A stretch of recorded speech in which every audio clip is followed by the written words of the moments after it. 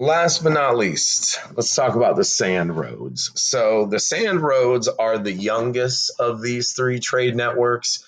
Although there was trade across the Sahara Desert before the development of what we call the sand roads, that trade was minimal. You have to remember the Sahara Desert is probably the largest single climate zone on the entire planet.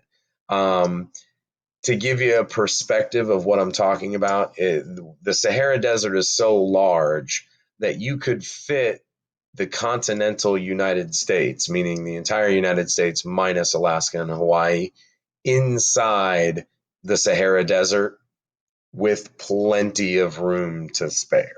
Okay, that's how large this desert is. So before the development of the sand roads, although there is some minimal trading back and forth across the desert, it is pretty insignificant until around 300 to 400 CE. The Arabian camel is introduced to North Africa. And the introduction of the camel opens up a multitude of avenues for people to now start crossing the Sahara Desert and getting access to the goods of West and Southern Africa. So, how does this all happen? So, initially, the sand road trade routes are controlled by these North African pastoralists who are known as the Berbers. Okay. And the Berbers are not a state in terms of having, strong political structure, monumental architecture, all those civilization things that we think of. They're more individual tribes that would trade for personal profit. But around 700 to 750 CE, after the rise of Islam, most of North Africa becomes Muslim and it becomes integrated into the Islamic Caliphate, the Muslim empire that we'll talk about in the next unit. And with the backing of the Caliphate, okay, with the financial capabilities of that empire, the trade along these sand roads intensifies by several thousand%. And these Muslim traders begin to make longer and more established connections with West African kingdoms. Again, because of the length and the difficulty of the journey, this is pretty much a luxury good only type trade route. The two most important items that get traded along it, and these are two things that you want to memorize, okay? Generally, whenever we talk about West Africa and the significance of West Africa, it's all going to go back to two things: salt and gold. Now, when we get to the Americas, we'll start to talk about the slave trade coming out of West Africa. But for this time period, when West Africa comes up, you should immediately think to yourself, oh, yeah, salt and gold, right? Now, culturally, obviously, Islam penetrates West Africa thanks to the sand roads. And Islamic culture and the Islamic religion, Islamic architecture, Islamic knowledge, which is very important, start to seep into West Africa. And several of the major trading cities in West Africa develop into these kind of Muslim intellectual and cultural centers with mosques and madrasas and Islamic libraries, you know, being built left and right. Some of the bigger cities: Timbuktu, Gao in Mali, Taghaza, which is the site of pretty much the largest salt mine in the world at the time. Now, the impact of the sand roads on West Africa is pretty massive as well. So these small scale West African kingdoms that initially traded up and down the Niger River with one another, thanks to the influx of Muslim merchants and the outflux of salt and gold, which at one point salt was actually more expensive than gold, um, incredibly enriches these West African kingdoms. And with that money becomes the ability to buy power.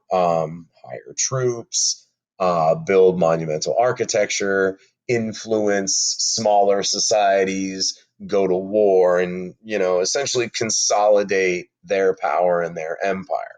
And you see three main kingdoms come out of West Africa during this time period. The first of which is Ghana, the second of which, and the wealthiest, which is Mali, and then the third, which we'll talk about several units down the road, is going to be Songhai.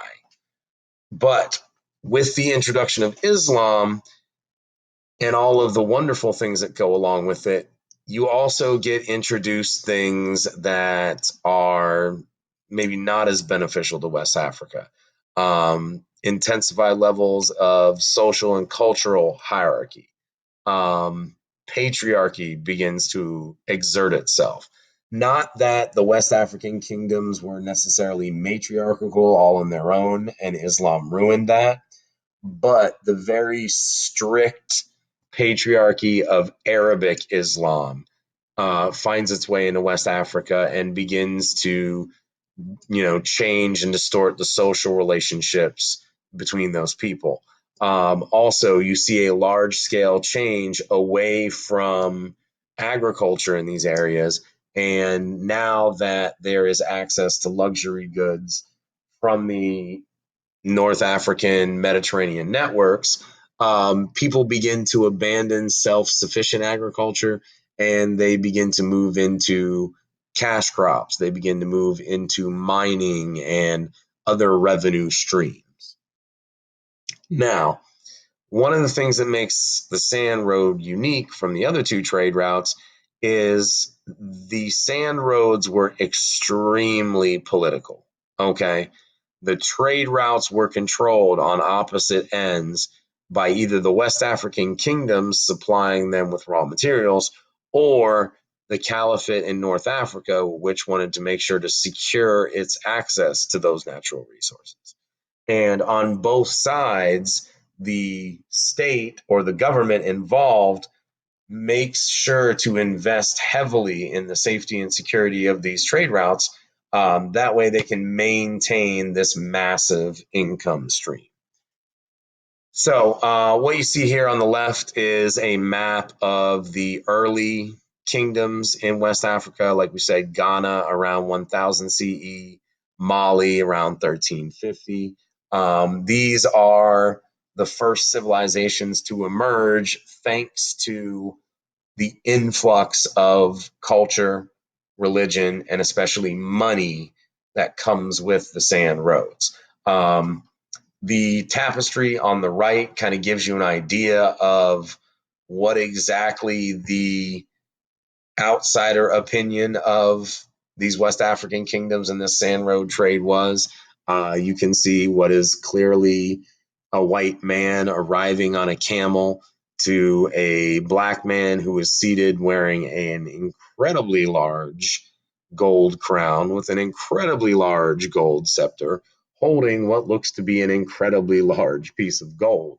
So the idea of these West African kingdoms around the world was that they were home to just essentially endless supplies of gold and other valuable resources.